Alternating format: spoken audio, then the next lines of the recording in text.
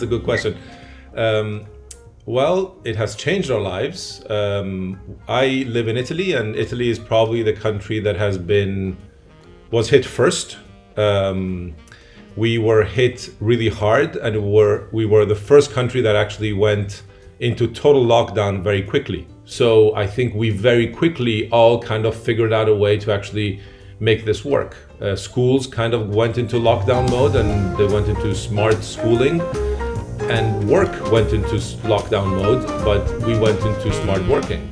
The weird thing for us is that as much as Italy right now is out of lockdown since the 4th of May, we are still kind of working as if we were in lockdown. I am at home right now, but I was at work yesterday. But today I don't have to go to work, so we all decided to actually do it in smart working. So we have all of our meetings in Zoom, and everything changed very, very, very, very quickly in a matter of a few months.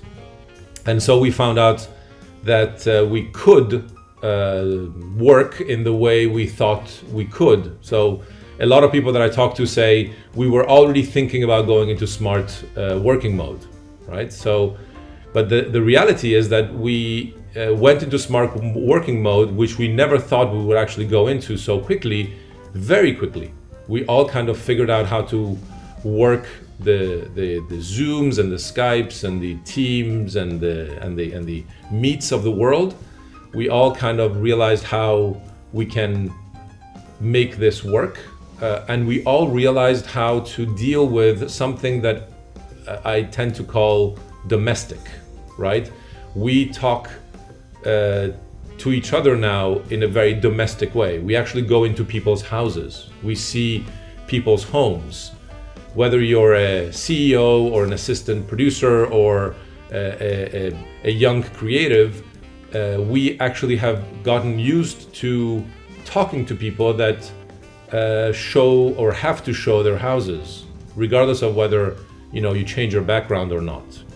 So it becomes a little more human. I don't know if that's a good thing or a bad thing, but I think we can talk about it later if you ask me the question about it.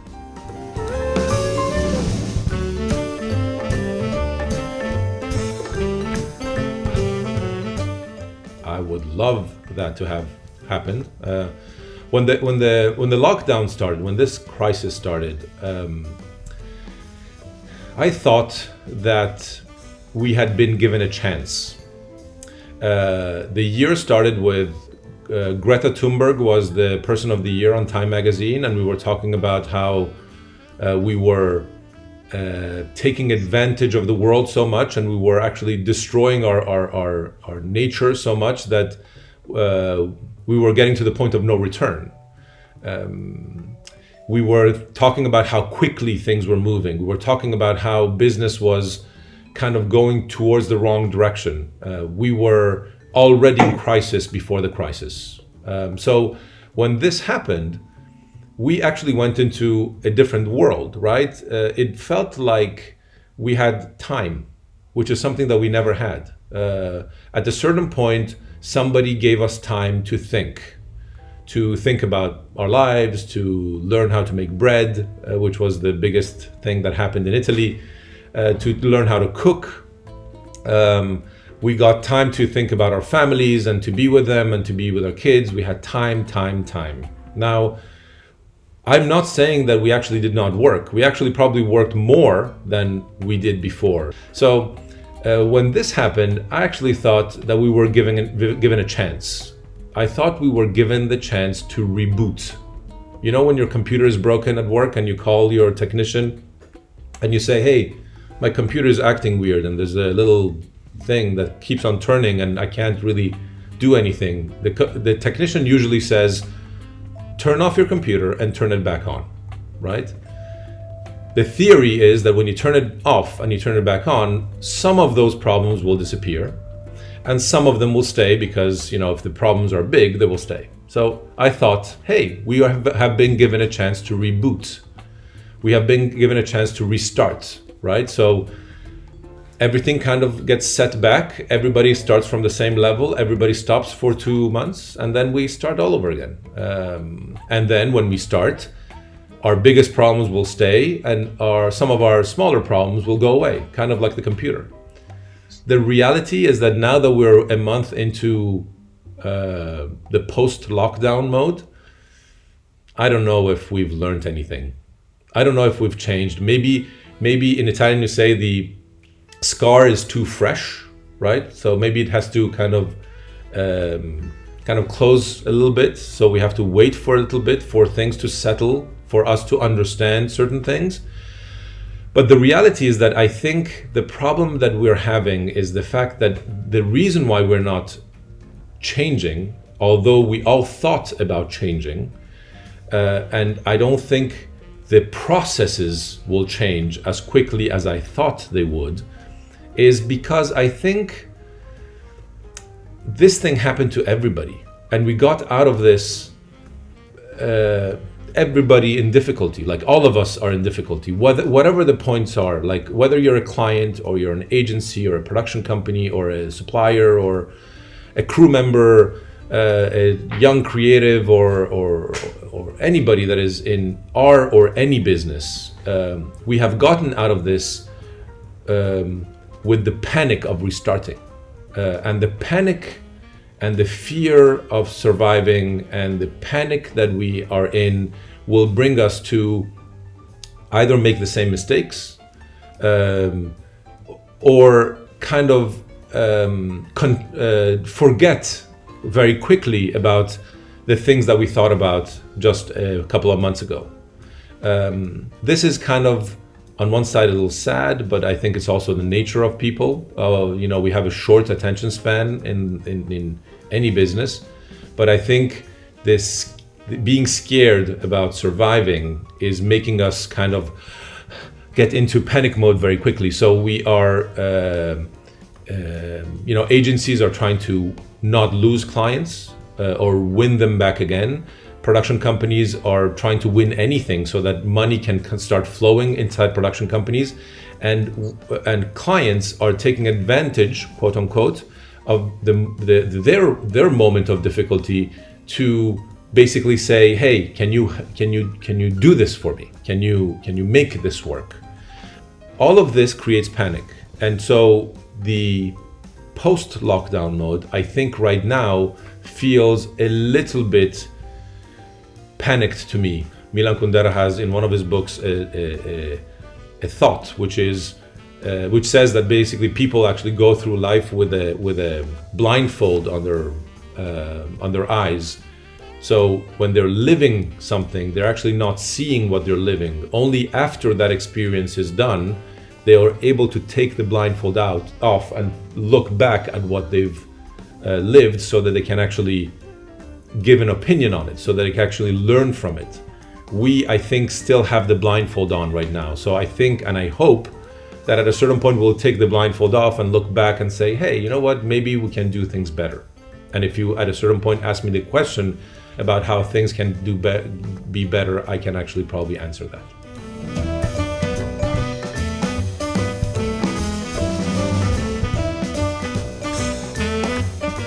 I think the biggest suggestion that I would give is to treat all the parts in the process as people that are actually working for the product and not only for the process. So my biggest suggestion is to take advantage of certain moments, whether it is within the company rules or not, and call the people that you trust to have the work be disintermediated as much as possible, so that people can start working again and start thinking about the brands and start thinking about the work, knowing that this is kind of the world that we live in, and what we do for a living, which is to do creativity and to do great work.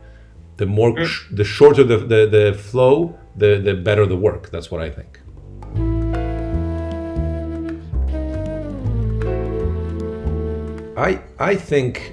I think we learned about remote working with this. I think we had talked about remote working. We had suggested remote working. I knew of a lot of companies that were thinking about putting some of their people in remote working, but nobody ever had tried it out the way we tried it out now. because it felt like something that would make you work less, make you stay at home and do other stuff. But the reality is that we actually learned very quickly. On one side, because we're resilient, people are resilient. It has become natural to speak like this, like we are speaking right now. On the other side, I think it's interesting that it has become a way of talking to each other and doing business that is now here to stay. It wasn't here to stay. If I had told one of my clients with which I do projects and with which throughout the one project I do meetings face to face like 3 or 4 times in the lifespan of a project, right? If I had told them, hey, 2 of these 4 meetings we will do in video call, they would have said, no way, we'll meet face to face. I'm flying in from Belgium and you fly in from whatever, and your plane will be late and the taxi will be in traffic and the usual stuff. Now it's normal. Now it has become immediately normal. So I think the smartness of doing some of the meetings like this is going to become normal. We will do more meetings via Zoom than we ever had done before. So of the 4 meetings that you do throughout big meetings that you do throughout a project, maybe 2 or 3 of them will probably be done like this. And it's going to be here to stay. It's not going to be like when we go to phase 3, it's going to be different. It's going to be here to stay. People are going to travel less. People are going to meet each other like this. And more importantly, people have gotten used to meeting each other like this and not talk on the phone and seeing each other like this. So I think this is actually a really good thing that will stay.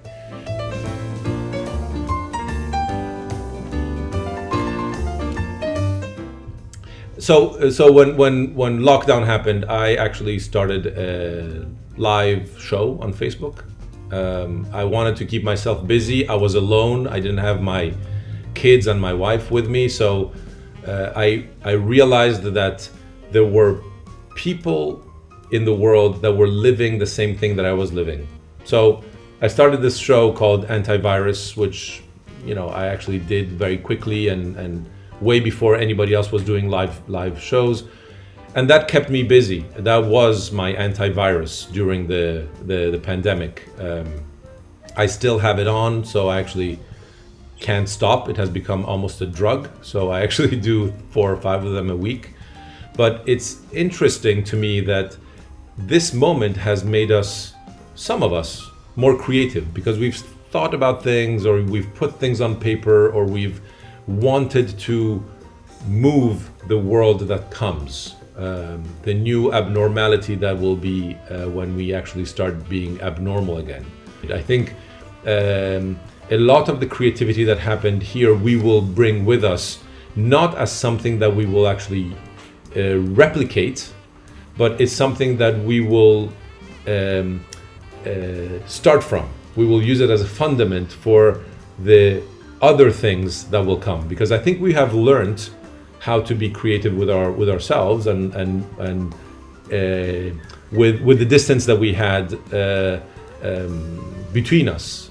So distanced creative is actually something that actually we have been really good at making. A lot of creatives say they actually work really well from their homes, talking to their partner on a Skype call. I just find that weird, but I think a lot of creatives actually have liked that. They stay in their homes, they have brainstorming sessions on Zoom, bam, and the ideas come from there. I just find it strange that you're actually not interacting face to face, but maybe people have found it that this face to face interaction actually works. So I think we've been creative also in figuring things out.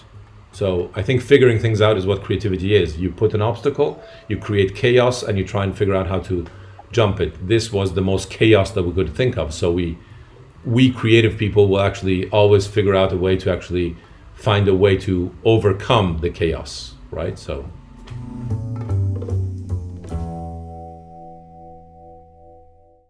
I think it is an incredible moment. I am the most positive creative creative producer that you can find. I think this is a time when where we have a chance. We have a chance to change a system. We have a chance to actually have talent have a role within the restarting and the reshaping of our friends, of our companies, of our lives, of our countries. And I think that this is the time in which, if we don't take advantage of the fact that creativity might actually at a certain point have a reason to be sold, in a moment before the coronavirus crisis where selling creativity was becoming very difficult, I think we're stupid if we don't take advantage of it. I think this moment is a moment in which we can sit in our rooms and cry, or get up and run. And I think if we run, hopefully in the same direction, hopefully without a knife in our hands, we can actually create a system that creates better work. I tell my clients, your whatever department says that we have to bid this job with 6 companies. Why? Why do you have to bid the job with 6 companies? Why do 6 companies have to go through the trouble of working to then have 5 companies lose and 1 company win? Just to have numbers? No. I think this is the time when companies have to change their rules, agencies have to change their rules, and production companies have to adapt or change the rules. But if those 3 parts actually get closer, I am sure that through talent, we can do better work. And I think if we don't take advantage of that, we are missing an opportunity, because this thing, as crazy as it was, as crazy as it is, if it comes back, has diminished the distance between us. Every advantage that every company had towards another company has disappeared. So we're all starting from the same point, right? So as if you were running an 800-meter race and you were in first place, and the next person, like the second place runner, was at 6, 7, 8 seconds from you, and somebody said, hey, everybody starts from the same place again. And you're like, I was actually winning. How? And I think that is an advantage for some companies and for some creatives and for the creativity in general.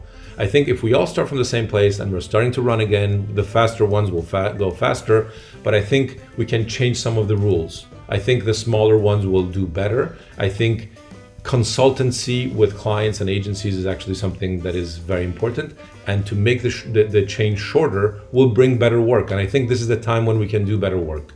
Not rhetorical work like the ones that we saw, which was right for that period. Work that is new, work that is right for the time period and relevant for the clients and the agencies that are actually thinking it. So personally, I think courage and being able to actually be closer to each other to make better work is the time that we live in, because we can actually recreate some and change some of the rules. And if we actually did that, personally, I think it would be a better time for all of us.